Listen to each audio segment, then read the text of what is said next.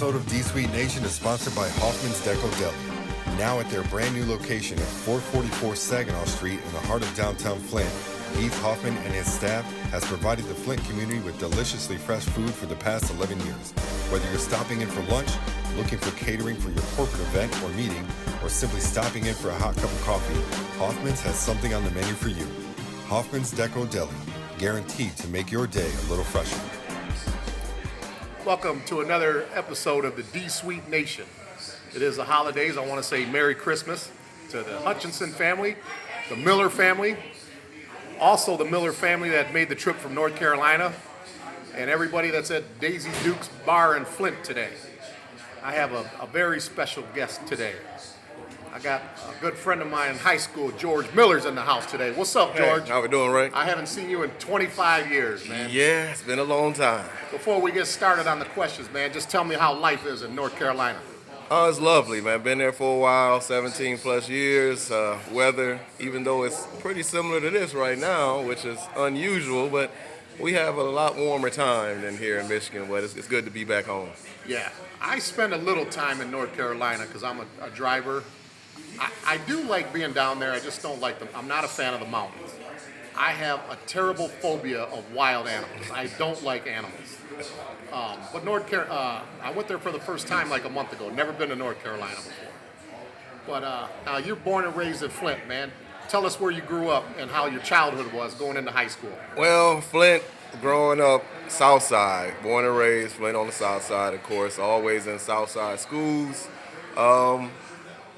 Everything about Flint during that time was really sports. Everyone was, to keep us out of trouble and everything else that was going on. Of course, GM was booming that time, and definitely. But all of us as kids growing up, everybody was in sports. So many different sports. I mean, I played everything there was to play, but sports was life, and it ended up being basketball, which was the favorite. Did you play AAU? I did. Played for Raymond Jones, but here, rest in peace there. But, if you played for AAU in Michigan and Flint at that time, it was it. It wasn't a bunch of teams. It was either you're going to make this, 15 players that makes Raymond Jones team or AAU.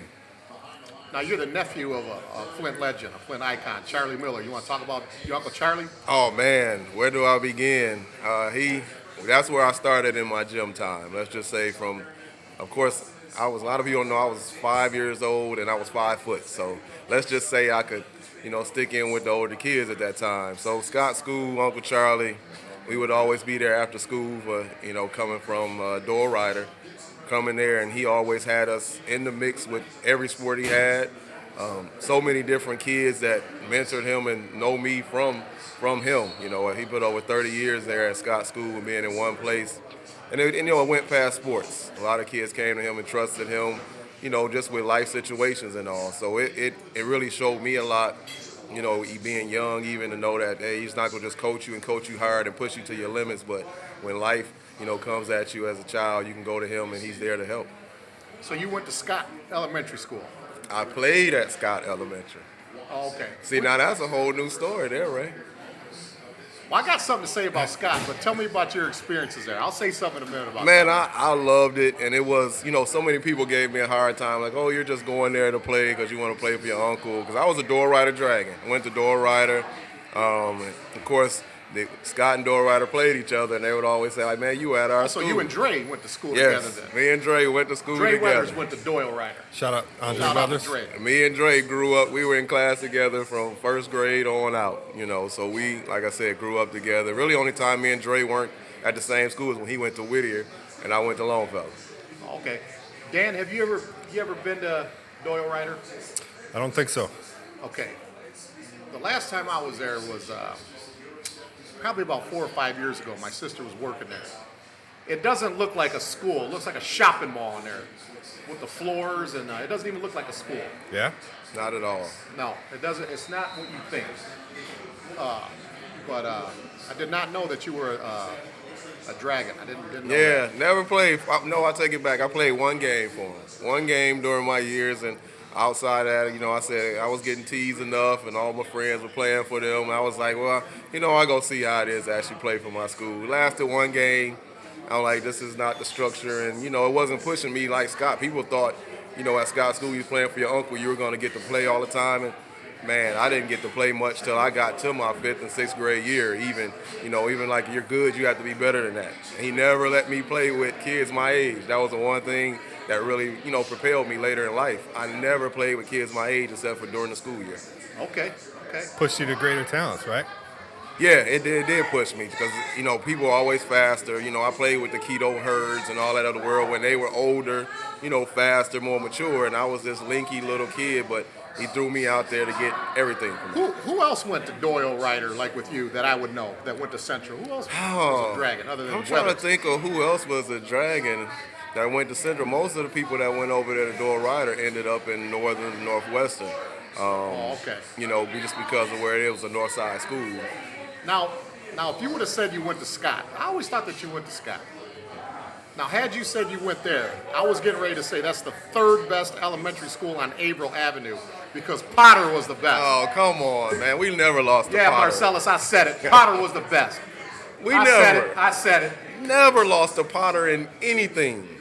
Like anything. Shuffleboard, it didn't matter. Indoor soccer, we never lost to Potter. Come on, Ray. Come on. Okay. Now, when you got to Central, there's something that you're known for that was heard around the state. Your senior year. Yeah. Okay, the big article by George. Yeah. The free throw against Flint Northern. Now, this is what I want you to tell me. I want you to tell me what was going through your mind after you got fouled. Let me give you this scenario first, Dan. Dan doesn't know anything about Flint sports. I gotta educate him on that. Okay. All right. Okay, senior year. They're at Flint Northern High School. Cleves and all that.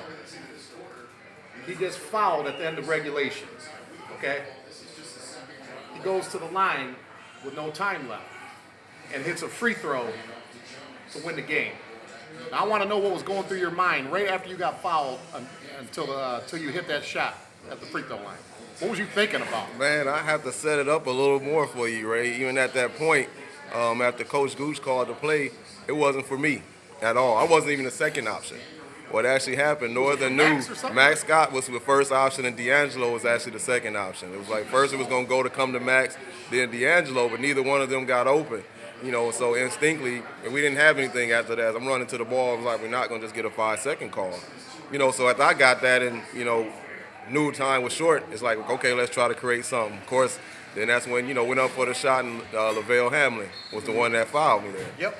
So you remember that gym, because we were playing the early games then, in Flint. A lot of people forget the game started earlier. And I'll tell people why, too, but go ahead. Yep. So we went, like I said, after getting fouled, the crowd was, crazy. Of course, the one half of them were loud while you're going to the line. The other wasn't. I actually went back in that time period thinking about a time at Scott School. I was playing with the 10 and unders. I was 7 years old at Scott School, and we were playing a championship game at Doyle Ryder. How about that? We were playing Gundry School for the championship. Gundry. And I got fouled with, and it was that foul was with nothing. I got fouled with no time left. Again, same situation. So, and we were down one at that one. So I actually had to hit both of them to win the game. Yep.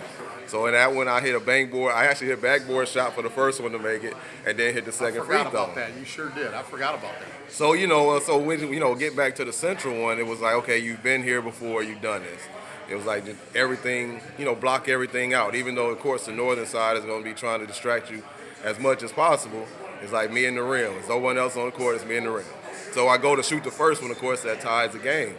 And I make that one. That's when I turn to the northern crowd. What kind of pressure was that, though?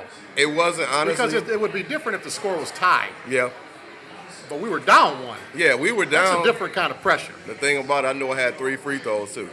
So my thing is, I know I had to make the first one. And like I said, knowing you've done that before, that prepared you for that point. I really couldn't hear anything or see anything outside. It's like stories about that people told me after the fact that I never even knew that transpired in that gym. But, after hitting the first one, that's when I gave the shush sign to the northern side. Because I'm like, it's a tie game. I know I only have to hit one of these two, and we're winning this, huge city championship. Then it was going up to hit the second one. I knew it was good. Just turn around and walk away, and, we got the victory. That was some good swag after you hit that last one. Shushing the crowd, man, that was pretty dangerous, Yeah. It was, and you kind of see what, things that transpired even after I made it that I didn't know. A few players didn't like what had happened there. So, it got a little dangerous out there. Yeah. Antonio taking his shirt off, trying to push people. Yeah.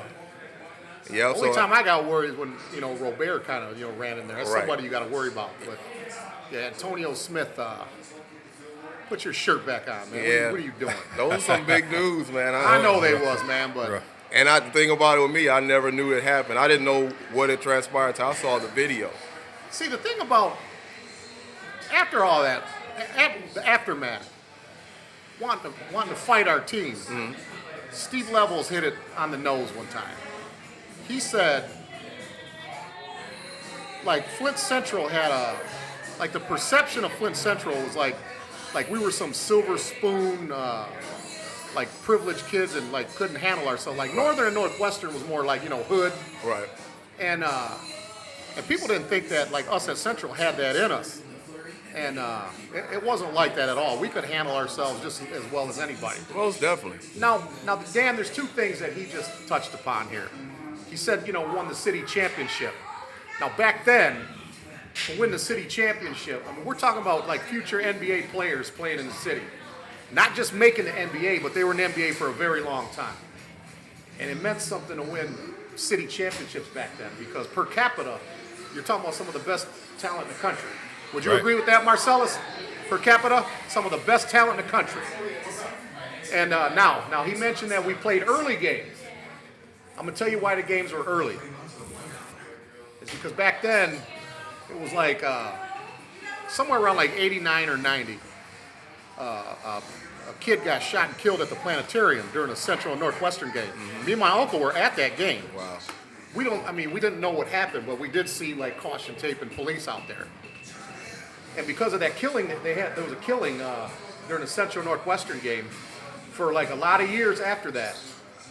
When we had basketball games, when the city played each other, the JVs played at 1 o'clock, and the varsity played right afterwards. And then football, when the cities played each other, Northern, Northwestern, whatever, we played our games at 4 o'clock because of the violence back then. Really violent back then. Try to keep it in the daylight hours. Yeah. And, I hate to bring back a bad memory for the family that lost someone in that, Northwestern Central game, but that was terrible when that happened. Yeah. Just hate to see stuff like that. You're right. Now, you said you had an interesting story about what led you to Campbell University. Oh, man. Yeah. I think part of that is the untold story. Most people around at that time knew and thought for sure, beyond a shadow of doubt, I was going to Central Michigan, which was Coach, Gooch's alma mater. Everyone expected it, and, Curtis Gillian ended up signing there, and I was supposed to sign, Curtis Gillian. Yeah. Shout out to Curtis Gillian. Doing big things down there in Georgia, winning state championships down there. That's right. That's right. Shout out to Curtis Gillian. No Keep doubt. it up. Keep up the good work, Curtis. Yes, sir. Yes, sir. So I was supposed to, basically go there and sign after him. I had been on unofficial visits there. Me and my dad and Marcellus, we went down there multiple times, just to see games and all the unofficial visits. I told him it was one time, literally during the game, where I'll never forget at halftime of a game, they were losing bad. Coach Drake was their head coach, we were sitting right behind the bench. He turns around to me, grabs me by my pants, and says, please come to my school and help us. With all of his players there in the middle of a game. And I was just looking at them because I'm like, I don't know how I react to this. And the crowd is, understanding your players looking at you like you're begging the next recruit to come in. So anyways, it was yes, it's close to home. It's a, wonderful thing. So we go down there for my official visit weekend, the weekend I'm planning to sign with them. And I had every intention to sign with them. I hadn't told anybody, any other schools, but and of course, they want you to play against some of their players the day before. So me and Marcellus actually went, he brought his stuff. I'm like, I want somebody playing with me that know me and my game. And they had their, leading scores from the previous years. And, we running through them, man. So, easy. I'm like, well, I'm coming here. This is going to be easy. I'm like, if he averaged 17 last year, I'm like, 25 is not going to be a problem here. So that was really my mentality. And we go to walk into the meeting, for me, thinking I'm going to sign the next morning with Coach Drake and the two assistants, and He literally got in there and told us it was three recruits and 2 scholarships, and he didn't know for sure who they were going to sign yet. And, obviously we were taken back because we thought it was a done deal, guarantee deal, and to come to find out, the assistant coaches didn't even know. Because before I walked into the meeting, he's like, you need my pen? I got a nice pen for you right here. So shouts out to Edgar Wilson and Coach Kirk Earlywine, because what ended up happening after leaving that meeting, they started calling other colleges that they knew. The assistant coaches from Central Michigan called other people, and Coach Earlywine called one of my coaches there at Campbell and told him, like, look, it's this player. I didn't tell what all happened in the situation here, but if you can get him on your team, he said, you need to sign him. And that was literally what they did in Campbell. Next thing I know, I got a call from them, and they didn't have tape on me. I never played. When I went down there, I didn't even go into Campbell's gym before I ended up, going to Campbell and signed. So I didn't know we had the smallest gym in D1 when I went there. That's another side note. Smaller than Duke's gym? It was a tenth of the size of Duke's gym. Really? Our gym held 987 people. It was smaller than Central's gym. So I'm like, we really went from a gym, where I'm used to playing in front of 2,000 to 2,500. We had a big gym, man. We did. And then went there, and it's like 987 people. Wow. But, that was really how I ended up there at Campbell. And, come to find out later on, all other schools that were recruiting me, they thought I was signing with Central Michigan also. So they had laid off the recruiting. I was actually on a recruiting visit with Curtis Gillian and at Eastern Michigan. And the coach like, hey, George, they knew me. I was from playing here. He's like, what's going on? So, yeah, we heard you going to Central. I'm like, no, I haven't signed with Central anyway. He's like, well, yeah, they told us you were going there, so we stopped the recruiting process. So I'm like, how many people, have been told that and thought that was the situation, but it wasn't. But, it all worked out. Yeah, it did work out. What conference was Campbell in when you went there? What conference? No, the Trans-American Athletic Conference. Oh, okay. Yep. I know that conference. Who were a couple of the better players on that team when you went there? I'll give a couple of shout-outs. Man, you say when I played with me or played against there? When you played with Campbell, who were some of your good teammates? Like man, one was Scott Neely. He's probably the best shooter I've ever been around. Scott Neely out of Indiana. Okay. I mean, this guy, he ended up playing overseas for many years. 6'3" shooting guard. When I say can go, this guy could go. And he kind of showed me more when I got there what it took above what I had, the talent and the dog you get from Flint.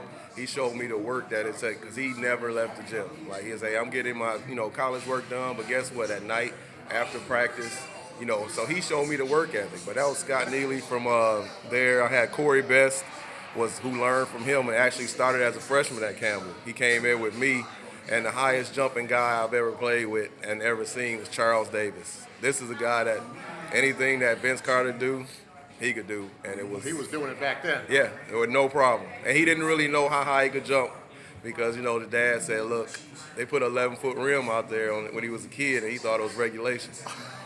Wow.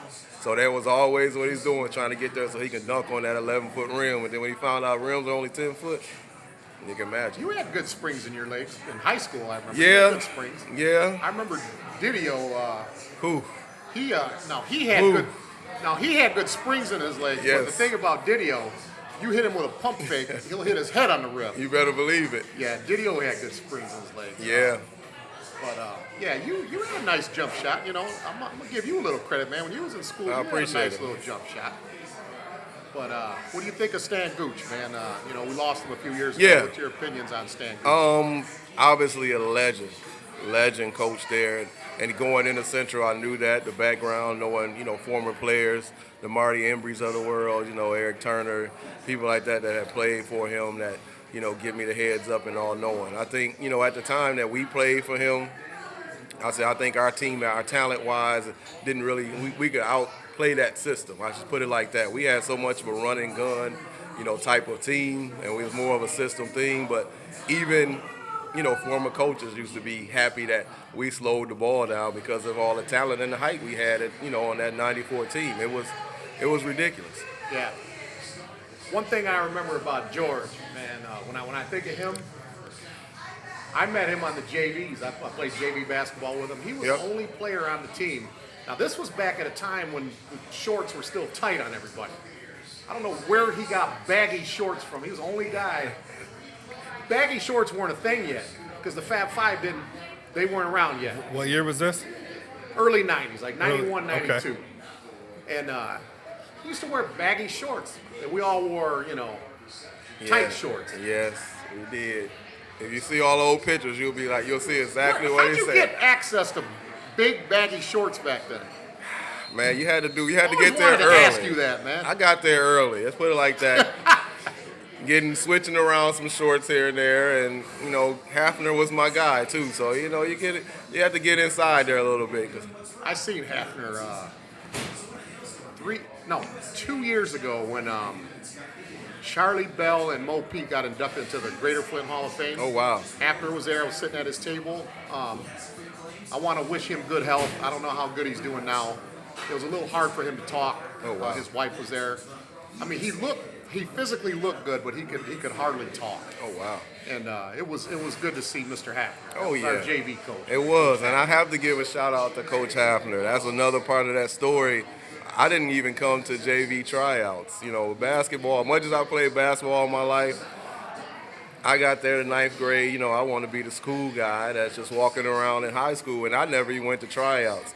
And Coach Hafner actually saw me in the hallway where I was supposed to be in class, and he was walking back to his class in the biology room, and he saw me, and he's like, "Sir, I'm supposed to be in class?" I was like, "Yeah." Then he turned around and was like, "Hold up, I didn't see you at basketball tryouts. Do you play basketball?" I was like, "Yeah, I play." He's like, "Well, if you want to see about it, come down to the gym. We practice at this time." And that's actually how I even started playing high school basketball. Did you see that video that somebody had where they were walking through the school, how the school looks now? Yeah. George, let me tell you what my opinion is on that. I already knew that the school looked like that inside because I had seen a video years ago. Mm-hmm. What I did not like about the video is the fact that there was 2 young kids that were kind of doing the documentary. Right. All they're doing is walking through the building and just showing damage to the school. I think it would have been better if there would have been older guys that maybe went to that school. Right. Like you and I could have walked to that Right. school. We could have said, "Yeah, man, this used to be the such and such. Yeah. And I remember doing this." I hate the fact that they had those 2 little punks in there. I don't know how they got to school. Right. But it was already bad enough that people had to see that. Right. It would have been nice to see somebody that actually went to that school. Exactly. Can And, tell the stories of, yeah. if those walls could talk. Yeah. Now, George, man, you got some interesting topics, man, as far as your college and sports teams, man. I've really been looking forward to today. Oh, yeah. This is going to be really fun. I am going to give you a hard time about one thing. Uh-oh. Matter of fact, we'll talk about that now. Marcellus, I may ask you a question or two, so you might want to pay attention. Okay. The first thing I'm going to ask. Uh-oh. The reason why I'm disappointed in this is because we're the same age, and we're from an era from like when we was growing up in the 80s. You was either a diehard Laker fan, Celtics fan, Pistons fan, Right. because we grew up here in the Right. Bad Boys and all that. Right. Or you were a Michael Jordan Bulls fan, when those guys all retired and they were done. Michael Jordan dominated after they were done. You were 1 of 3. Now you told me that you are a LeBron fan and you just follow him? You do like people do now? Instead of being affiliated with a team, you just follow him? I do, man. I do.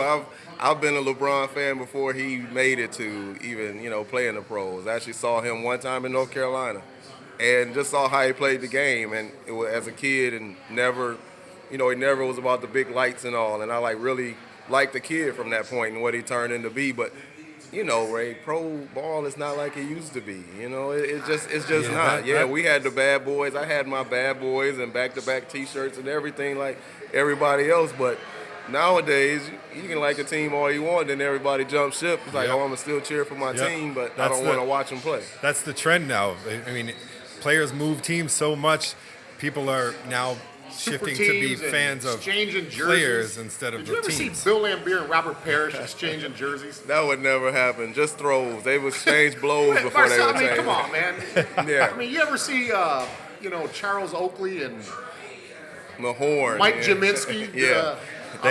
Never will happen. Don't ask me how I came up with Mike Jaminski. I couldn't think of nobody. They traded Horn or somebody. Yeah. They traded elbows, not jerseys. That's right. That's right. It was trying to knock you out, whatever they could do. But I mean, it's a different brand of basketball. I have that conversation all the time. People, you think of those players. A lot of them were talent deprived. Let's just say they didn't have extreme talent in some areas. Offensively on the basketball court, so everybody played their part. To the point of now, you have everybody wants to be the big time scorer and no defense. Michael Jordan said that these super teams is bad for the NBA because he said with super teams you're going to have two teams that are going to be title contenders and the rest of the 28 teams are going to be garbage. That's what Michael Jordan said.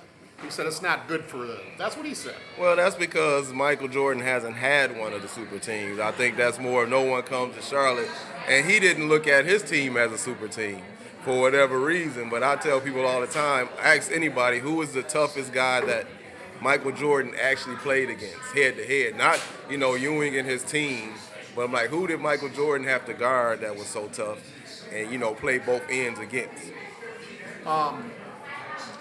I heard one of his teammates, I can't remember which teammate it was, but they said, in their opinion, the guy that gave him the most business, as far as what you're talking about, was Drazen Petrovic. Oh, man. Before he passed away. Man. That's unfortunate that he passed away. It is.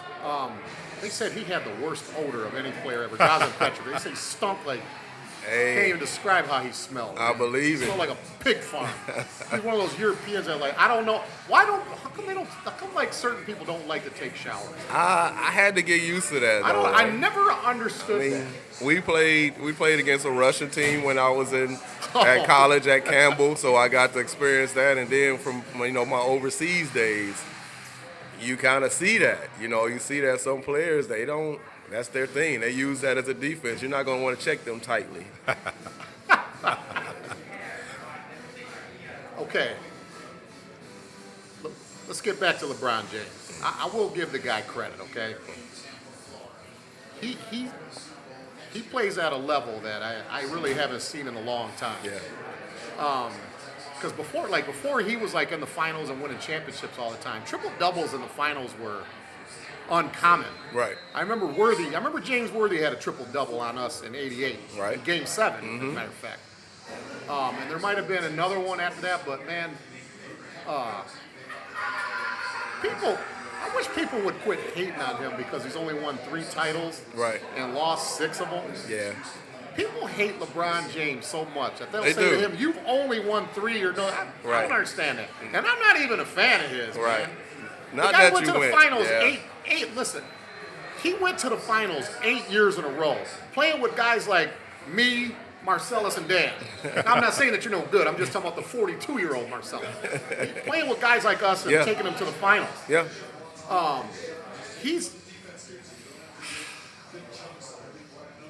He might make me change when his career is over. I may change my top 5 because I've had the same top 5 for the last 30 years. We'll talk about that at the end because I'm gonna get your top 5. Yeah, we gotta talk about that. Man, people need to just bow down and just say, "Hey, man, this guy is one of the best athletes we've ever seen. Might not see nothing like this."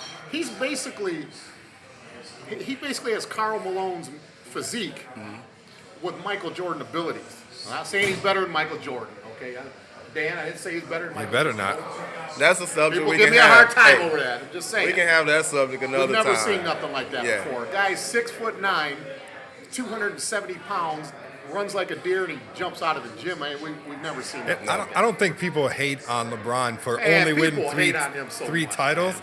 I think it only comes up when he's compared to Michael Jordan. When you talk about LeBron, Jordan, who's better, that's when the finals record or the championships comes into play. Jordan, 6 for 6 in the finals. You know what I mean? Hey, did Jordan play 6 seasons? I ask people that all the time. I thought Jordan played 15. Did he only play 6 seasons? Yeah. He did, yeah. Yeah, I always ask people that because they give me that 6 for 6. So He won 6 for 6. Okay. Number one. Okay, hold on. I'm not slighting Michael Jordan on anything. I'm just going to throw facts out here. He didn't beat any great teams in the 90s in the finals. Okay. None of those teams were great. Magic had the AIDS virus. Vlade Divac looked like Yakov Smirnoff playing out there. James Worthy was fat, and AC Green didn't have a Jerry curl anymore. That was not a great team. That was a good Lakers The team they beat. Portland team, they were good, but they're not at that Right. level. They never won. it. Now the Phoenix team was good, which we'll talk about in a minute. That Phoenix team was good. The Sonics were a great, exciting highlight team, not a great team. Utah Jazz. I would argue the first 3 teams that they beat were better than the second 3. The Jazz, the Jazz twice, right? And the Supersonics, yeah. right? I like the fact that you acknowledge that. Those Lakers, you can make a case that Lakers team and those Trailblazers team, those teams were better than the Suns, the Supersonics. Okay, 6 for 6 championships, but 5 years in a row. Bird swept him twice, and then Isaiah sent him to the golf course 3 years after that. Yeah. That's 5 years of getting beat in the 80s. Yeah. Okay, he's the best player of the 90s. That Eastern Conference was tough back then too, and they were a It was young, tough. new Back team. then he was finishing right? third in the division. Yeah, He yeah. finished The third in the Pistons, division. the Celtics. And listen, and he was putting up 34 a game. Right. Defensive Player of the Year. He's an MVP in '88. Yeah. And No one was as much as athletic as Michael Jordan back then. No. People don't look at it. His athleticism was before its time. Now he wouldn't. Michael Jordan would still be athletic now, but he wouldn't be, an anomaly. There's so many athletic players. I hate to get in the game of the what ifs, right? But Right. if Jordan would have took those 2 years off, if the unfortunate passing of his father wouldn't have occurred, which I think that's what led him to go away from basketball, there wouldn't be an argument because they would have won 8. We're in the what ifs, But I hate to get into what ifs. But different. when we talk about LeBron and Jordan, that's the one aspect that Ray and I argue about all the time is that Jordan just seemed to have that killer. I'm going to take this game over, and I'm not losing this game. So you better get in line or get out of my way. LeBron doesn't have that to me. LeBron's greatly talented. He's the most dominant physical skills of any basketball player ever, I think. But he just doesn't have that. He'd rather kick it out than take and put it in somebody's face. But even in the 90s, right? Let's say when we were sitting there at Central back in 94, and I asked you if Magic Johnson and Michael Jordan had a baby, and he played basketball, would we even question would he have been the best player ever? Would we even say, no one would have questioned it. No one would have, just because of the fact of, I think Michael Jordan has been held to this pedestal that's so high that people think, no one will ever get better. Like, no one will ever be better than him. this is what Wilt Chamberlain, when he was still alive, obviously. This is what Wilt said about Michael. Marcellus, I want you to listen to this too. Bill Walton was telling this story. At the 50th, or the top 50 players that they had at the All-Star game in '97, Bill Walton said that all of the guys were eating lunch or dinner or whatever, they were all at a table. He said Michael and Wilt were at the end of that table arguing. Looked like something was going to happen. They were arguing that much about who the greatest of all time was. And Bill Walton said, when you argue with Wilt, he said, Wilt always gets the last word, okay? He said, this is how he, because David Stern had to intervene. Right. He said, hey, that's enough. Knock it off, both of you. Wilt Chamberlain, this is what Bill Walton said. They stood up. He got right in Michael Jordan's face. He said, when I played, they changed all the rules in the league and made the game harder for me to dominate. He said, when you played, they changed all the rules and made it easy for you to dominate. Bill Walton said everybody was quiet and had their heads down after he said that. Wilt Chamberlain said that. I don't know. Hey, Jordan Listen, rules. now, one more thing about Michael Jordan. Watch the '88 playoffs when the Pistons played the Bulls and what Adrian Dantley was doing to him and Pippen. You know who Adrian? Please tell me you know Adrian. I Dantley. know who Adrian Dantley is. Thank you. Yes. Okay. Just watch those films and watch how he toyed with them. Both of them. Adrian Dantley was an underrated player. Yes, he was. He was a very underrated player. Adrian Dantley, Dominique Wilkins, and Alex English are the most underappreciated players ever. Yeah. A lot of people don't know. Nobody in the '80s scored more points than Alex English. No. In the '80s, he scored more points than anybody. He Yep. scored more than Abdul-Jabbar. Yep. Dominique. Man, I'm gonna start getting. I wasn't supposed to talk about Dominique. I'm gonna start getting fired up. And Dominique doesn't get a fair shake because I think he was ahead of his time, and all you see are dunk highlight reels of him. And people, not people like us, because we know what Dominique was, but he doesn't get enough credit on the kind of basketball player he was. Yeah. He had good basketball skills. Because remember, when we were growing up, all those games were on TBS. Right. So we've seen all the Hawks games. Exactly. Doc Rivers, Dominique, Spud Webb, Tree Rollins, Antoine Battle. Carr, John Battle. John Battle was a baller. Yep. And Dominique, 30 a night. Yeah. I mean, we're talking about a 2-time scoring champion. 30 a night. Yep, he's one of those players that played on a not so great team, so they get lost kind of. They right? weren't a great team, but they weren't. It's not a team you wanted to play in the first round. Nope. Ray Allen was another player like that, right? Ray Allen's one of the most underrated players in my We still got to hold on. I ain't done with Dominique yet. I actually thought Dominique should have been on the Dream Team because now, even though in '92, I know he was kind of started to head a little bit downhill. I actually did look up a stat because I wanted to make sure I knew what I was talking about. He was still giving you 28 a game in '92. He was averaging 28 a game. Is that before the Achilles or after? Before. Okay. 28 points a game in '92, the year of the Dream Team. That's another topic because that's a Scottie Pippen topic. I can't talk about that today. I knew you were going to say that because Not going to get into Pippen today. Can't do it. I'm got George. No, we're talking about George today. George, man, big Raider fan. You got a Raider hat on. Oh, yeah. How'd that all start, man? That starts back with Uncle Charlie again. He was a Raider diehard from when I was a little kid, and I used to see that, and that would be the games I watched, the LA Raiders days, and seeing the Marcus Allens, the Todd Christensen, and Howie Long, and the players of them, and they would even show me the older clips and just how nasty the Raiders were. Like them old Jack Tatum clips. Wow. Tim Brown. Yeah. Tim Brown's one of the favorite. Yeah. Kenny Stabler. Yep, and I came up during the Plunkett days and everything. Yeah. Fred Biletnikoff at Wharton College. Exactly, still around. So, everyone asked me, how in the world, being so far Midwest, you in Flint, Michigan, and you a LA/Oakland Raider fan? I said, I've been that since I was 5. Even my son's like, Dad, how in the world? Since I was 5 years old. That's what I love, and it came from Uncle Charlie, and I never could leave it. I love that silver and black, Oakland attitude. I love it. Everything about that, man. Matter of fact, Mr. Ufinger used to do something like when Mr. Ufinger was like lecturing us or giving us like the game plan or like the speech he gave us. He does something that I noticed that John Madden did when John Madden would cover when he used to commentate. Mm-hmm. Like John Madden would say, yeah, and you see he came across and then boom. He would always say boom. Right. Ufinger does that all the time. Yeah. He always boom sounds just like John Madden. And come to find out, John Madden is one of Mr. Ufinger's favorite coaches. Oh, wow. Boom. Every time he says that, it reminds me of John Madden. Now, we was talking about now here's where the bad boys and the Raiders kind of correlate here. Bill Laimbeer grew up in Southern California. He was a Raiders fan. And it was Bill Laimbeer's idea to kind of come up with a Raider mystique, silver and black, that bad boy thing that kind of formed. That Oakland Raider Piston thing was Bill Laimbeer's idea. He got that idea because he was a Raider fan. Oh, wow. The Detroit, what we know now as the Detroit Bad Boys.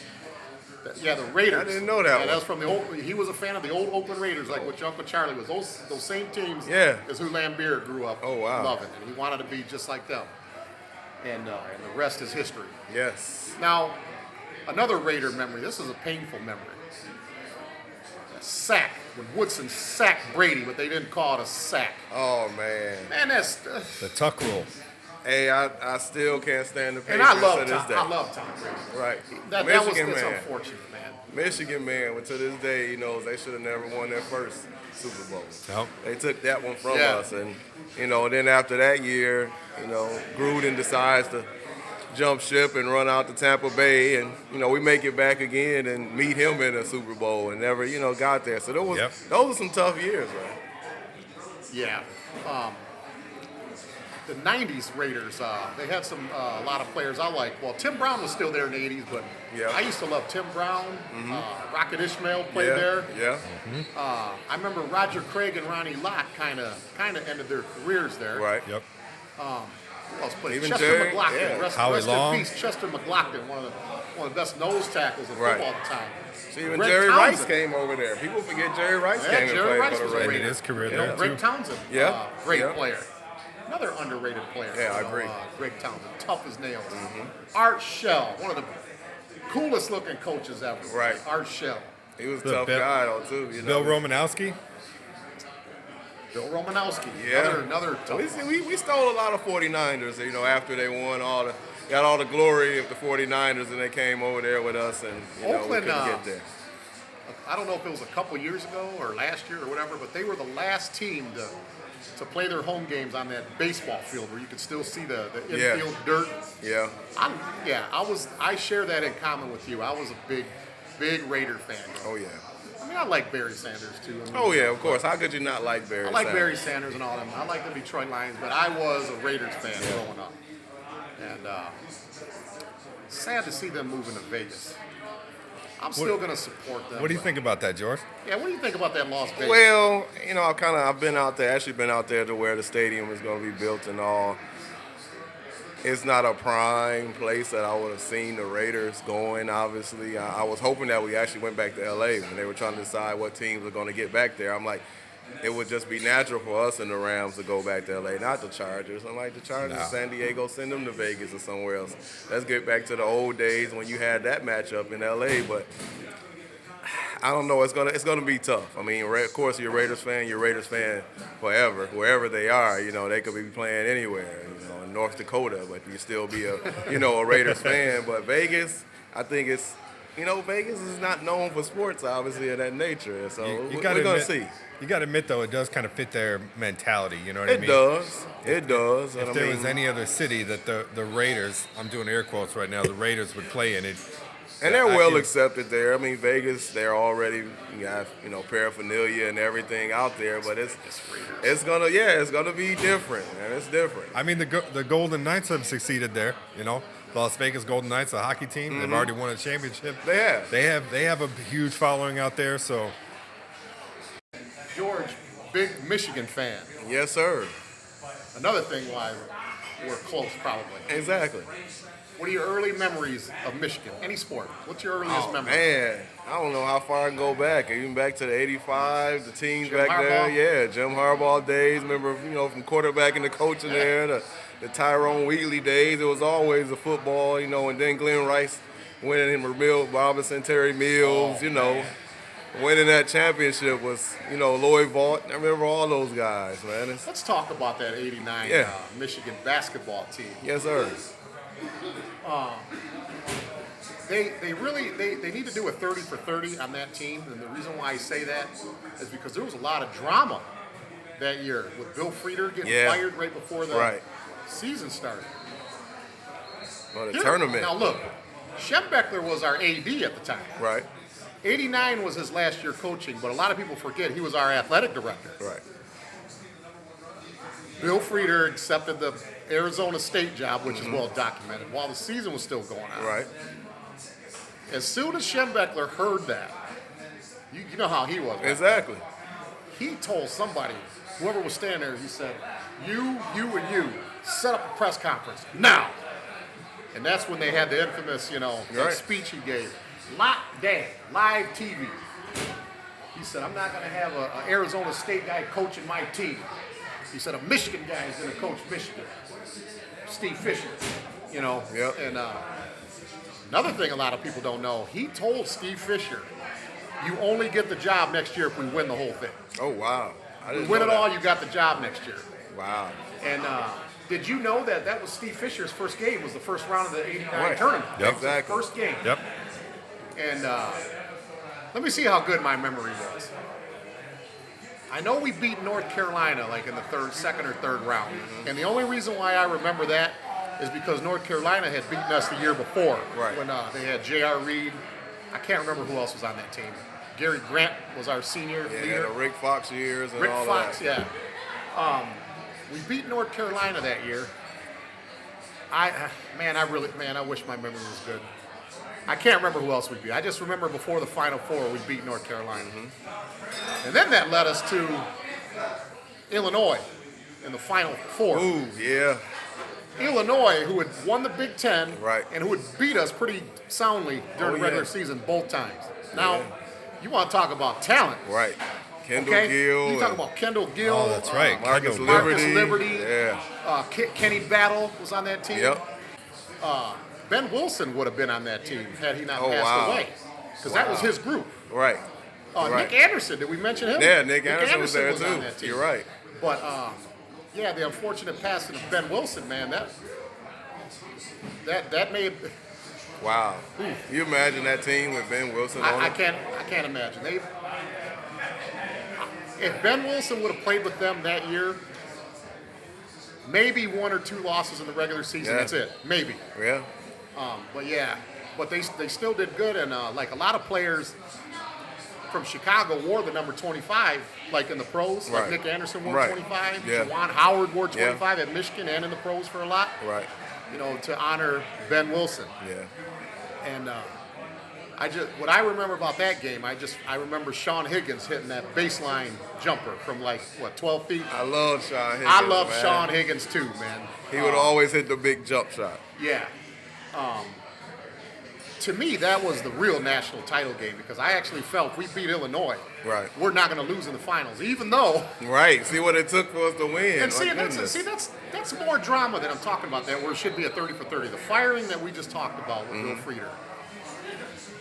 Playing an Illinois team that was pretty favored to beat us, to come out the winner in that, and then the title game with Seton Hall, Yeah.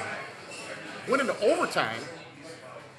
Ramil Robinson, kind of like in a George Miller position, man, got fouled with 3 seconds left, down by a point, and he was a 51% free throw shooter. For a guard, he was a poor free throw shooter. Yeah.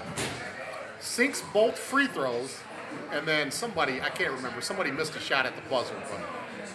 And then I think 6 of those guys played in the league. Yeah. Glenn Rice at that time, he was an all-time Big Ten leading scorer. To this day, Glenn Rice still holds the single tournament scoring record. He scored 184 points in those 6 games combined. Right. That's still a record. Yeah. Glenn Rice is my favorite Michigan athlete in my lifetime. Any sport. That's my favorite athlete. Doesn't it seem like when he had that Michigan jersey on, every shot that he shot hit nothing but the bottom of the net? It did. It was like automatic. I remember Uncle Charlie. Automatic. Uncle Charlie called himself Rice when he shot in the gym because every time he shot, he felt like it's going in like Glenn Rice. I mean, it was just pretty and smooth. And, Yeah. and knowing that he was from Flint, man, made it even better. We had 2 Flintstones on that team, man. Don't forget about Demetrius Caleb. No, people Demetrius forget Caleb him. was a good backup point He guard. was. Man. People forget him. Flint Northern High School, man. I think he played with Justice Thigpen. He did. And That was some of the first games that, my dad started bringing me around. So I got to see the times they were playing against those Northwestern teams with Glenn Rice and all. I got to see him when he's played there. So here's something that'll make your dad happy now that we're on Big George. When I was at that Hall of Fame, I told you when Charlie Bell and Mo Pete got inducted to the Flint Hall of Fame, my sister and I, it was at the Genesis, where the Genesis Hospital is in Grand Blanc. I know you haven't been around in a while, but there's a hospital in Grand Blanc, Genesis, and they have a nice gym there. That's where they had the Hall of Fame. My sister and I were in the hallway, and I'll show you a picture later on. I said, I know that old guy right there. Because he looked like somebody. I couldn't really put my finger on. Me and Trey talked about this. Because Trey is related to the Thigpens. Gotcha. He's related to them. Yeah. And I said, Ange, I said, I'm not 100%. I said, I think that's Justice Thigpen, Sr., the guy with the gray hair with the brown coat on. I was a little intimidated on approaching him. I wanted to approach him just to see if that was him. And I went up to him. I said, are you Justice Thigpen? He said, yeah. And I said, I knew it. I said, can I please have my picture taken with you? He said, absolutely, man. And first player ever out of Flint to play in the NBA. Yeah. That was a moment in time for me, man. I knew he was somebody. Right. I had to really brainstorm. It was on the spot. I said, Ange, I think that's Justice Thigpen. I'm not 100% sure. And so yeah, that was a nice moment. And Yeah, a lot of people forget that he was the first one. Everybody runs to Trent Tucker. A lot of people forget about Justice Thigpen Sr. You know, we could talk some Flint basketball, man. You better believe it. On and on. This is what me and my buddy talked about not too long ago. This is what makes Flint great when it comes to like basketball.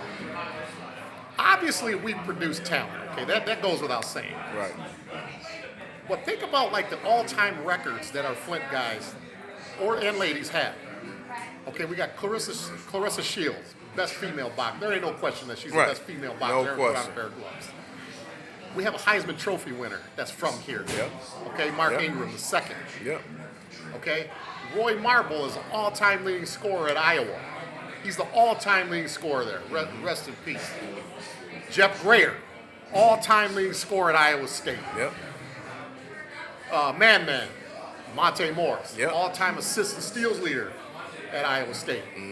Glenn Rice is still Michigan's leader. Right. Now, he was the Big Ten all-time leading scorer. He's third now, but and he's still the single tournament scoring Right. leader of all time. Exactly. Man, who am I leaving out? Terry Thurlow, man, from the early 70s. Yeah. Bill Frieder's Big Red Machine. He scored 50 points in a game for Michigan State, and that's still a Michigan State single game scoring record Yep. from Flint. So we don't just have people that make it big, man. We're all-time leaders in a lot of categories. That's true, man. It's true. And like you said, it's so much talent, so many different things that so many different players have done. People forget we still hold so many different records in places from the 70s forward. I know I'm leaving some out that I can't think of, but that's some of them. Right.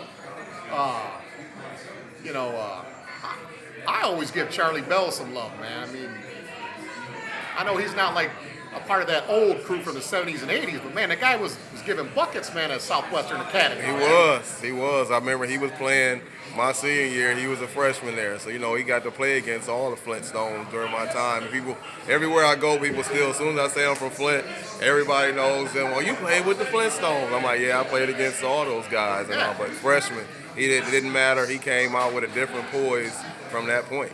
And you just reminded me of something. Even though I don't like it, but Michigan State, won a national title with a team that's known as the Flintstones. Yeah. From Flint. Now that I brought that up, they're lucky that Kenyon Martin broke his leg for Cincinnati that year. Cincinnati was rolling people UNLV style. They were preseason number one. They were number one in the nation. The guy broke his leg. I think they were first round exit. Yeah, that was tough. Hey, I tell it like it is, man. I'm the man who tells it like it is. Yeah, that's true. But they did win, though. They won the national title. Good for them. I was rooting for Florida. That's when I realized that was the first. In 2000 was the first time in my life that I realized that I hate Michigan State worse than I thought, because I'm not even cheering for guys from Flint on the team to win the title. Right, that was bad. I was cheering for Mike Miller. That's bad, man. I love the last name, Miller. but you know that was a point of pride for me, because I was over in Hawaii at the time in the military. This guy loves Mo Pete, man. And even though I'm a Michigan man, I had to support that team because they were primarily made up of Flintstones, and that was a big point of pride for me with the guys that I served with over there. I was like, these guys. Watch some of these guys play basketball. Man, I was all for the guys. I can tell you, just like from playing the AAU days with Antonio and all, and of course Mateen and Mo Pete and all. Even though they didn't get much time during our time because they were younger, in our days, and the people we played with, I was cheering for them then. Of course, when they played Michigan, no way. And I let Mateen know, like, no way, I'm cheering for you when we play Michigan. I'm Michigan to the heart. But, I had to support them. Those guys watched me when I played in college and, supported me, even though I wasn't, I wasn't playing for Michigan when they were supporting me, but they were just like that fact of that camaraderie, being all from Flint and wanting to see each other succeed. So. Did you almost go to MSU? Man, Ray, you opening up one there. Actually, I did. And the reason I didn't. I would have supported you. See, I appreciate that, Ray. The reason I didn't, and part of it, because I didn't learn about it until later down the road. I actually came back home after my freshman year in Campbell, and Michigan State was coming to Flint because they hadn't signed their last, recruits yet, and they wanted to see Mo Pete play. So, Coach Raymond Jones called, all of us, people that he knew was to play, and they found I was in town. It's like, come up to Whittier Middle School and play. Like, we just got to have some pickup because they want to see, Mo Pete played, Michigan State does before they do any signing and everything. So, of course, I went up there, been a year of D1 basketball and, in a different type of shape, different type of experience, playing against different type of players. And I came back and it was, another level from where I was in high school. And like the coach that was there didn't even know who I was. And, of course my dad, he loves seeing us play all the time. So he's sitting in the stands and he turns to him and asks him like, who is that kid right there? And he was like, oh, that's my son. He was like, he's from here? He's like, yeah. And he's like, he's off, first year of college at Campbell and all. And he asked him then, you say, you think he would transfer? And my dad never told me that story till down the line because at that point he knew like me getting caught up in that and he saw, my maturation process of being away from home after a year. He made a decision that would be better for me, to continue down that path and growing there than to come back and be so close to home and, and get caught up in the whole Flint aspect of it. So that was my Michigan State story, where I was looking at the Flintstones and winning it all and all that thing. Was Judd Heathcote still there? Would you have been playing for Heathcote or Tom Izzo? Izzo. Okay. Yep, and Izzo. I like Judd. I actually like Judd. Yeah, Judd Heathcote's a great coach. Despite my hatred that I talk about for Michigan State, and I do hate them. I really hate you. You have no idea how I get around it. Guys, listen, I'll throw out a couple names. Now, these are the only people that I guess you could say kind of a fan of. I did like Judd Heathcote. I thought George Perlis was a good coach when he was at Michigan State. Percy Snow was a good football player. I got love for Percy Snow. Steve Smith is one of my favorite NBA players of all time. Right. I love Steve Smith. Oh, yeah. You didn't mention the biggest one of all yet, right? Magic? Yes. How can you start there? How can you not start with Magic, right? What NBA team back then do I identify with? I understand that, and I get that totally. But if you're going to pick a Michigan State player right. now... He's the Michigan State player. I mean, he's the best Michigan State player of all time. Of course. But as far as I don't think I would have cheered for him if we were teenagers when they won that. No, of course not. No, I mean, I never cheered for Michigan State except for the Flintstones. What it is about Steve Smith? I just got a coolness about him. He's like smooth and he's sick. I watch that NBA open court all the time. Right. He seems like he's the coolest guy on this earth. Man. Yeah. Pershing High School. I like Steve Smith. I like Percy Snow too. Yeah. Steve Smith and Glenn Rice, to me, were very similar players. Who was? Steve Smith and Glenn Rice. When we have silky Glenn smooth Rice shooters. on the show, you owe him an apology. Okay, when we have Rice on the show, did Marcellus, did you hear what this guy just said? Okay, you owe Glenn Rice an apology. That's no shot at Glenn Rice. I'm just saying. Rice, if you're watching this, I'm very sorry for what he just said. You owe him an apology. Oh, dang, that's tough. I got to get into the Jim Harbaugh topic. Oh, I'm going to mention Jim Harbaugh, and I'm just going to let you take it from there. Good or bad? And I'll say something about him, too. I'm going to talk good and not so good. I'll keep it real. I'm not going to say what I said the other day because there's kids here. But no, right. I'll keep it real, though. Oh, man, Jim Harbaugh. I was excited as everyone else seeing us, get this coach in and seeing what he done with, the 49ers, he's done at Stanford. Like, we're finally going to get here. I think we lived through Rich Rodriguez and, we lived through some tough times. So I was happy. And still today, we're winning 9-10 games a year. But we all know what really matters. I mean, you have to beat Ohio State. We know how this goes. We know we're going to beat Little Brother. Okay, we had a few little miscues, a punt and stuff like that. But Little Brother was never thinking of like, man, this team is so tough. But Ohio State, they took one from us. I'll say that. Still they didn't make that first down. I remember that year. And 2016. Yeah, and that was tough, because I follow them all. Even there, I'm in North Carolina, you better believe. When Wolverines on TV, I'm in front of it, I'm watching it, and I'm just, I put on my Michigan gear and everything. But I don't know, Harbaugh, it's tough right now. That's a tough one for me, man. And really the only reason they're beating Michigan State is Michigan State has not been as good as they have been. So we're lucky that they're in some down years and that's the one team we can beat. It's a talent thing. We've had the talent. That's another thing that makes it hurt. You look at how top ranked the defense is, and and being in overtime. We've had talent there. It hasn't been the thing where some years we were down in talent. You're like, hey, we hope we win. Now you're getting talent in. You get a defense, and then you give up 60 points. I'm like, how we rank the top 10 all year, and then we give up 60 points.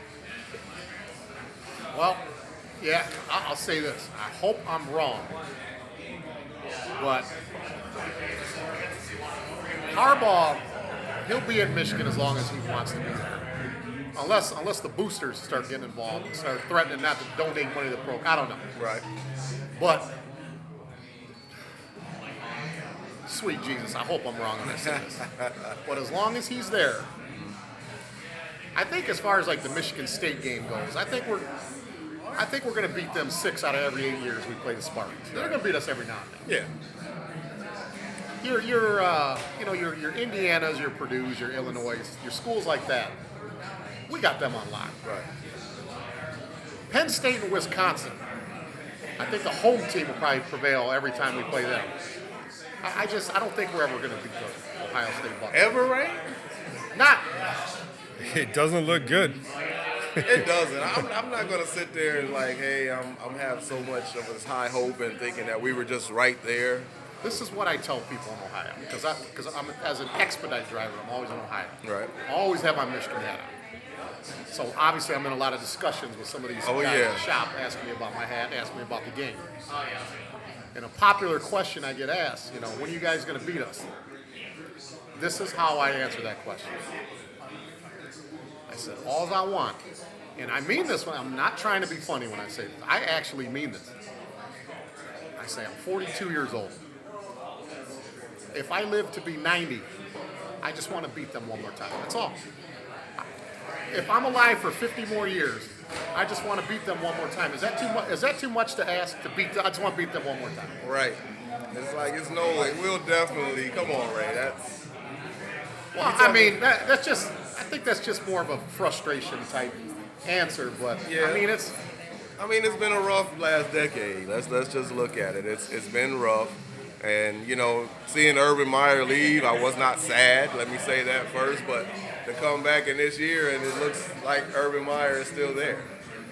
Well, I told Dan this, and I've told other people this. Mm-hmm. Oof. I think Ryan Day is a good coach. He is. I think that for the years that he's there, the talent is always going to be there. Okay? Right. Because they've been winning so much, the school will recruit itself. Ryan Day, I think this guy is good at X's and O's. He's got a fire in his stomach. I think he's going to get more out of that talent than Urban Meyer did. Oh, wow. I could totally see this guy winning 2 or 3 national titles in the next 11 or 12 years. And what has happened to us in the last 15, 20 years, the worst is yet to come. This guy's a good coach, man. Yeah. Something has to change, Ray. It has to be that one. We have to get that player that turns it around, that can't be denied. That I don't care if it's a transfer. All I ask, whether you have talent or don't have talent, just get the most out of your players. That's all I ask. Yeah. That's all. It's not a good feeling right now. Nah, it's rough. It's hard. Like I said, I work with a lot of Ohio people too, so it's rough. I remember my sister Angela and I were at the game in 03 when we beat Ohio State. Right. And I wish my sister was here to back me up on this. I remember being at that game, and there was like a sea of red, sitting in front of us. Right. Me and this one guy was probably sitting like where Marcellus is right now. Uh-huh. We were going back and forth for 4 quarters. I don't think we watched the snap of the game. We're going back and forth. I can't imagine how bad that guy would like to see me now. I know that's right. After what I said that day, and because since then, 1-15 since then against them. Now you know why I'm in no rush to see Lawrence Walker. He talks so much stuff about it. We already know. One of the guys you played football with, and I'm in no rush to see Lawrence because Lawrence I don't want to Walker. hear it.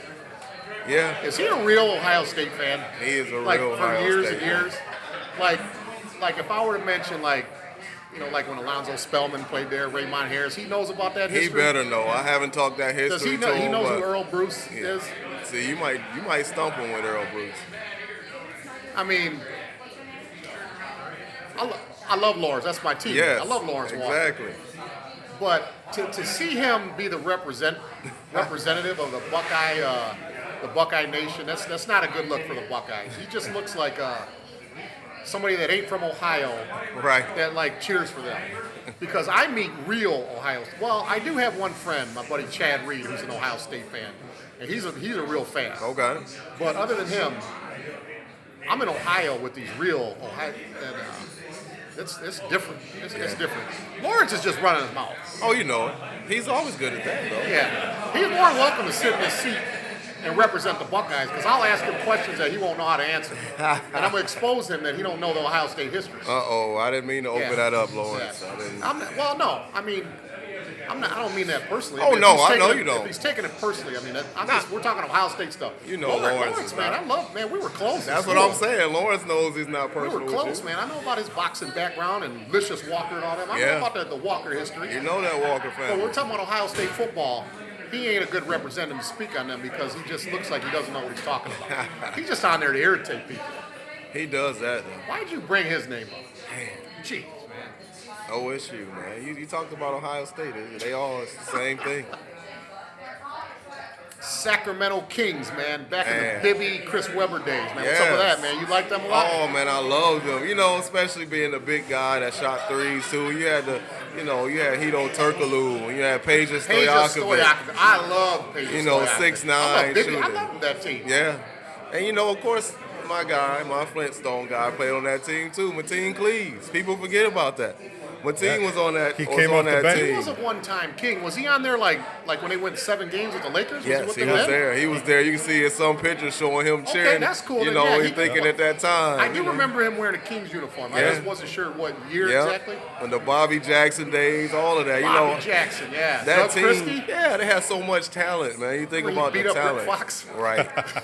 Yeah. Yeah, that's what Yeah, he Lakers didn't get much had- playing time because he had to play behind Mike Bibby and Right, Bobby Jackson. and Jackson. So it was no time there, and then Hito Turkoglu would bring the ball up the court, so it was tough to get out there. That Sacramento team, man, that was one of them fun teams, man. Yeah. Like everybody liked. Yeah, It kind of reminds me. It kind of makes me wish that Shaq would have stayed in Orlando. Yeah. I love them Orlando teams. Wow. This was when Shaq was in shape, Shaq, skinny, running yeah, up. Shaq and Penny. Wow. But yeah, man, those and they had that game 7 against the They Lakers. did. And C-Webb, I've always been a C-Webb fan, so that was one of those things. You go on with C-Webb, he's there, and Robert Ory hit Yep. that shot at the buzzer. What was that game 4, game 5? big shot, Bob. It's tough, man. Big shot Bob changed And everything. they had a lead in game 7. They were at home at the Arco Arena, Yep. and they were close. They were. Nobody was stopping Kobe and Shaq in the early 2000s, man. But that was That a good Sacramento- series. Sacramento team, man, they came close. That was a fun team to watch. It was. What about this was a great idea, Dan. This was a great idea to do this show at 3 o'clock. It's getting noisy. Yeah, we usually do our shows at noon, but now it sounds like we're in the Pontiac Silverdome here. Phoenix Suns, Charles Barkley. Oh, man. What's up with that team, man? Man, Barkley was that guy, of course. My favorite player of all time. Underrated. My favorite player of all time. 6'4". I can see that, Him and Ray. Isaiah Thomas. Him and Isaiah. I can see that, though, Ray. You were always the rugged guy, and like you said, you was gonna talk about getting the most out of your talent. That was always you. You were that guy. You were that guy thanks. no matter Appreciate what. that, So man. I remember the days you and Hank Baxter. Don't get me going there. The guy that you hate to see coming to check you because you were gonna get everything he had, every possession. And you just like, man, he might not have the most talent in the world, but he's gonna give me everything. Yeah. I did a solo podcast where Dan interviewed me. Wow. And one of the things I talked about, he asked me, what was it like when I got to Central and the cultural difference and all that stuff. I remember one of the things that I told him I said, when I was like at Potter Elementary School, I was taller than everybody. My hand-eye coordination was better than everybody. I was far superior to everybody when I was at Potter. Right. I said, summer basketball, man, right before my freshman year. I said, when I got to Central in that first practice, and these guys were throwing alleys and the way they was running, man, I said, I never seen nothing like that ever, man. I said, these guys were built like grown men. I mean, like guys like you and Kevin Hamilton and Trey, you guys were built like playing against Otis Thorpe, Larry Johnson, and Anthony Mason, man. But you guys, man, I had the best group of guys to learn from. Believe it or not, George, listen, I swear on my father when I say this. Oh, wow. And I swear on my That's son my also. guy. That's Listen, my I'm about guy, to tell you man. something that you didn't know. You were actually my favorite player on the JV. You were my favorite player. I don't think you liked me very much. You were my favorite player, man. I like the way that jumper, man, and you had the baggy shorts. You were like the cool guy. You were my favorite player. Oh, man. wow. I didn't know that, Ray. You didn't like me back then. Now, come on, Ray. I never think I didn't like you. I didn't like to get beat up when I came to the rack, but... Well, I mean, but no, you were my favorite player, man. I like playing summer basketball was like that was like the best. That was like the best time of my life, man. Yeah. Summer of '91, playing with all you guys and meeting you guys. Oh, man, that's great. But, I appreciate that. Man, and seeing you walk through that door, man, and like I said, you look exactly the same. You're wearing the same stuff, too, Oh, man. man, I know. I don't want them to think this is my fashion This system. was back when now. they used to airbrush. You can't That's see right. it. Sweatshirt. You can't see it on camera, but he's wearing a fresh pair of Jordans right now. Yeah, seeing you walk through that door, man, just brought back so many memories. Oh, yeah, it did. Seeing you, Ray, you know what I'm saying? You think about it, it's been, 20 plus years since we've seen each 25 other, years. man. So 25 years, 94. I haven't seen you after 94, I don't think. No, I barely made it back much. And like you mentioned, your dad, that was one of my biggest supporters ever. I never forget that. Even if we had a rough game, Chop was around. He like, hey, come on, Joe, you got to keep shooting. If I don't care how many I miss, he was like, you got to keep letting it go. Okay, now that we brought that up, I got to talk about his dad now. I was going to save this for the end of the show, but I'm going to go ahead and say it now. His dad was Big George. We called him Big George. Man, I pray to Jesus I don't get emotional when I say this, man, but his dad, you talk about somebody that supported everybody. I mean, his dad was the guy that was always in the crowd. He was louder than everybody. Yep. He loved everybody that played for Central. Now, here's what I love the most about Big George, his father. When I got to Central, okay, and I'm talking about summer basketball. This was before the school year started, right before ninth grade. Right. And I didn't know anybody on the team because, like a lot of the guys grew up together, AAU basketball. You guys came up together. Right. If you didn't go to school together growing up, you guys always played. You guys always knew each other. Open gym, at the Parks and Recreation playing. I didn't know anybody on the team when I got there. Mm-hmm. And your dad is the guy. Man, I'll never forget this, man.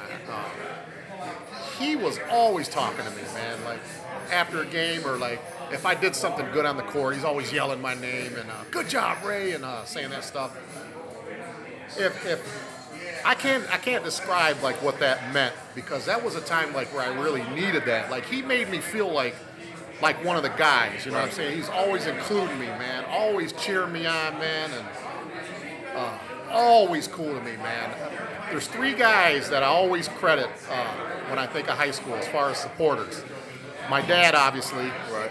Jewel Baxter and George Miller, man. Your dad was always encouraging me, man. And like I said, I needed it at the time. Right. And maybe I took it for granted back then, but now that I'm older, in my 40s now, I would, like the next time I see him, that's what we're going to talk about. I'm going to thank him, give him a hug, I'm going to tell him I love him. I don't know if I would have made it, man, on the JVs without him there, always supporting me. He actually made me feel like I could contribute to the team, man. Right. And I love your dad for that, Yeah, man. I really do. I really love your dad. Yeah, he was that guy. You know, I like you say, taking it for granted. I know I did. As much as he pushed me, you know, I'm hearing him. Everybody's getting the congratulatory stuff, and it's like, George, what didn't you do? How you didn't do this? You got to get back. And you know, it pushed me to help me be where I was. You didn't appreciate. You know, I didn't appreciate it then, but I had to go back to him and say, you know, thanks. It's like it helped me to get where I am. Do you think that Phoenix Suns team could have beat the Bulls? They should have beat the Bulls. They should have the beat best the Bulls. record in the league. They did. Chuck was the MVP. Yeah, you got Kevin Johnson. You had Dan Meyerly. I mean, Danny Ainge. Like, Long I love Arm, that Oliver team. Miller, Yeah. Richard Dumas. Hey, all of that, you know. And But guess what? They didn't. They didn't beat them. They didn't. It was there. Everybody say they didn't shoulda, win. coulda, woulda. You know. They Okay, did. well, was that the best team that Michael faced in the finals? I don't think so. You don't think so? I don't think so. Who No. was better than the Phoenix team? I would say that Lakers team that they beat for the first championship was a better team. I'd say the Trailblazers team was a better team. The old Lakers team? Yeah, that Lakers team they beat for their first championship. You know, Michael Jordan did the mid-air switch, right? That old Lakers team, and then you like the old guys. That's what it is. Because you Magic. talk about Duckworth and them too in Portland. That's the old guys. Come on, man. Matter of fact, I think I can't recall record, but I think the Utah Jazz was a better team than that Phoenix team. I'm done with that subject, Ray. He said the Utah Jazz. I heard. I mean, that's bad. Jordan had to play against Hornacek. Jeff Horton. This guy. All right, exactly. How much could Hornacek? Everybody just looks at Brian Russell on him at that time. Like, Hornacek checked him a lot. I mean, it had to be pretty easy for Jordan to play against. Yeah. I digress. I didn't bet on this. I would have bet money that Phoenix was going to beat them. I thought they were better. The home court, they had the MVP, they had the best record. Yeah. But, you know, they won it. They did. They did. They had that good triple overtime game. I don't know if that was game 3. They had a triple overtime believe it game was that 3. Phoenix won at Chicago Stadium.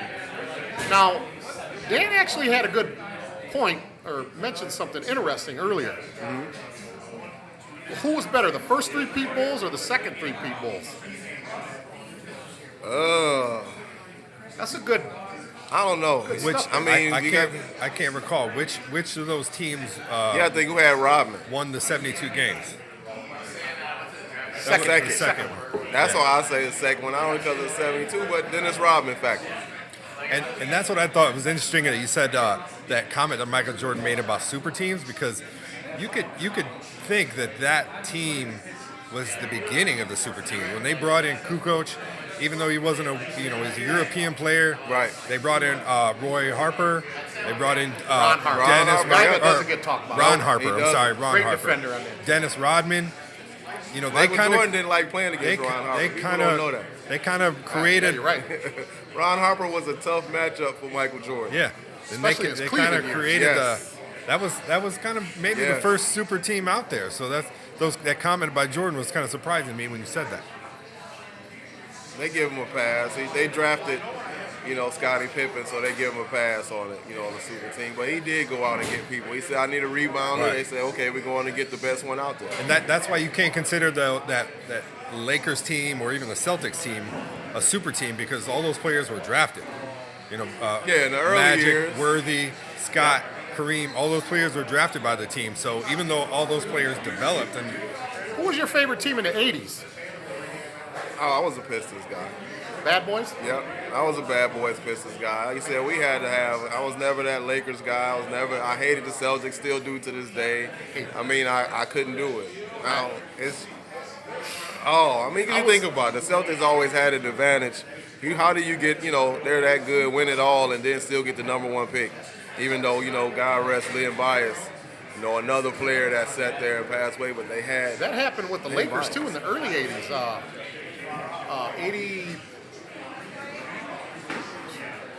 82.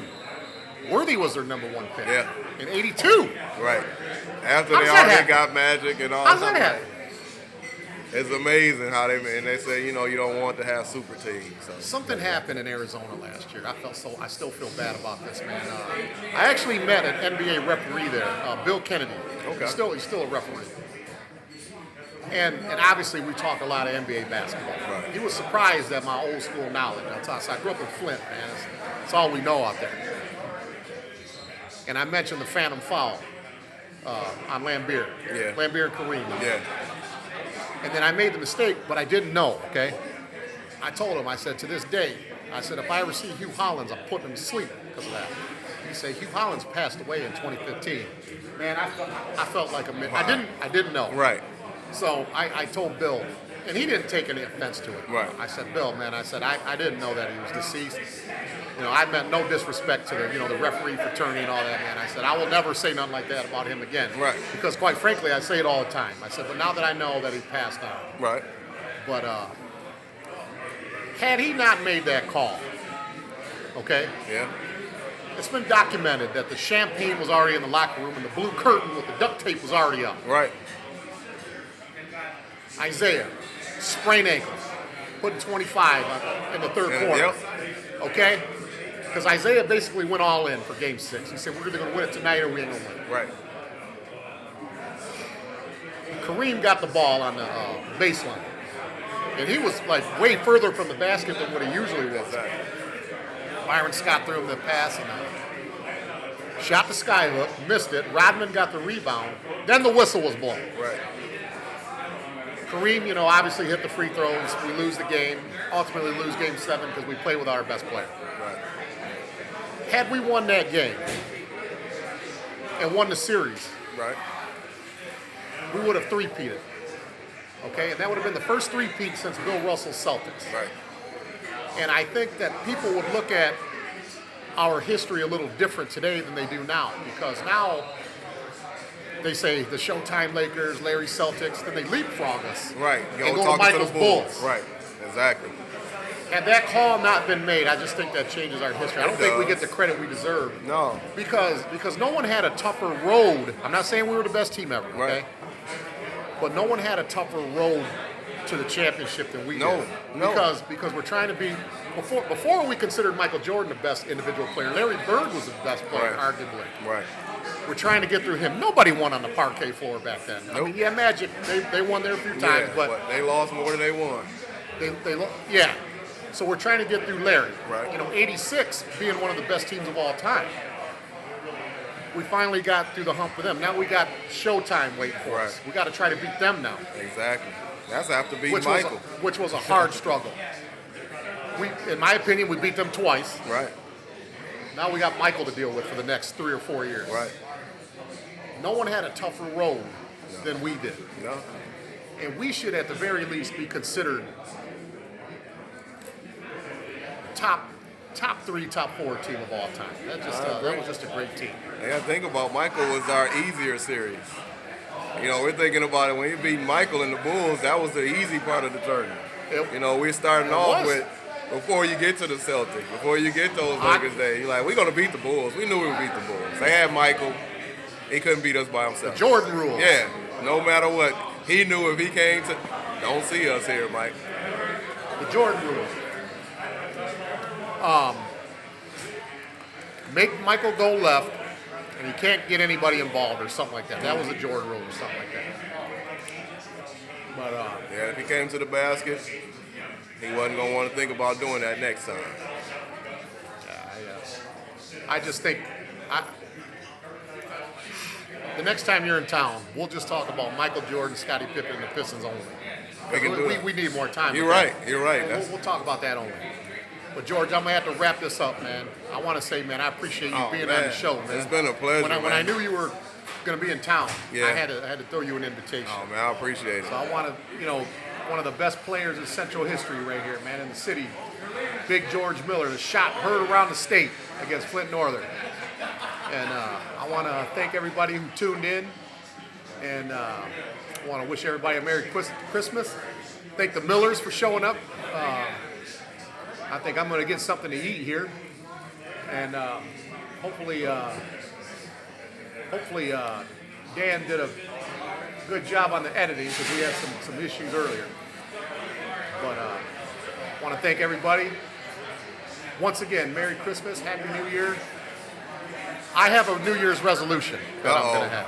Uh-oh. Now, I don't think that I cussed on this show. I don't think that I did. No, you did. Did I cuss? I don't think so. Okay. No, I didn't cuss on this show. Right. My New Year's resolution, I'm going to have a Crown Royal bag starting in January. It's going to be a Crown Royal bag. There's no Crown Royal in it, obviously. Every time I cuss, I'm going to throw a $5 bill in there. Oh, wow. And I don't like giving money away. I don't even like giving singles away, much less a $5 bill. My New Year's resolution is no more cursing on this show. For me. My guests can. My guests can. I'm not going to. They may get you amped up if they do, though, right? Where's that money going to go, That's very Ray? possible. That's very possible. Ray, where's that money going to go? Huh? Where's that money going to go? Money going to go? I don't know. That'll be something good to think of, Ray. It's like, where should it go? You know, people can let us know. Maybe I that. haven't thought of that part yet. Maybe we start a water fund. Yeah, but the thing is I'm not going to curse all year. There's be no money to give away. I'm not going to curse. All right. I'm not going to curse. I've known you a long time, Ray. I'm betting against that one. Oh. And you're my guy. That's just how good I know you. I'm like, if you make it through, wow. All right. Well, I'm gonna do my best. So I'm start in sure you January. will. Start January 4th. There'll be a Crown Royal bag, and that's why it's there. Uh-oh. So, all Next right. week's show is going to be. Till next time, we'll have a classmate of George next week. Fred Jackson will be here. Boo. Wow. And we'll have some interesting Michigan topics and other stuff also. So we want to say goodbye and thanks for tuning in. We'll see you next week. Merry Christmas, everyone.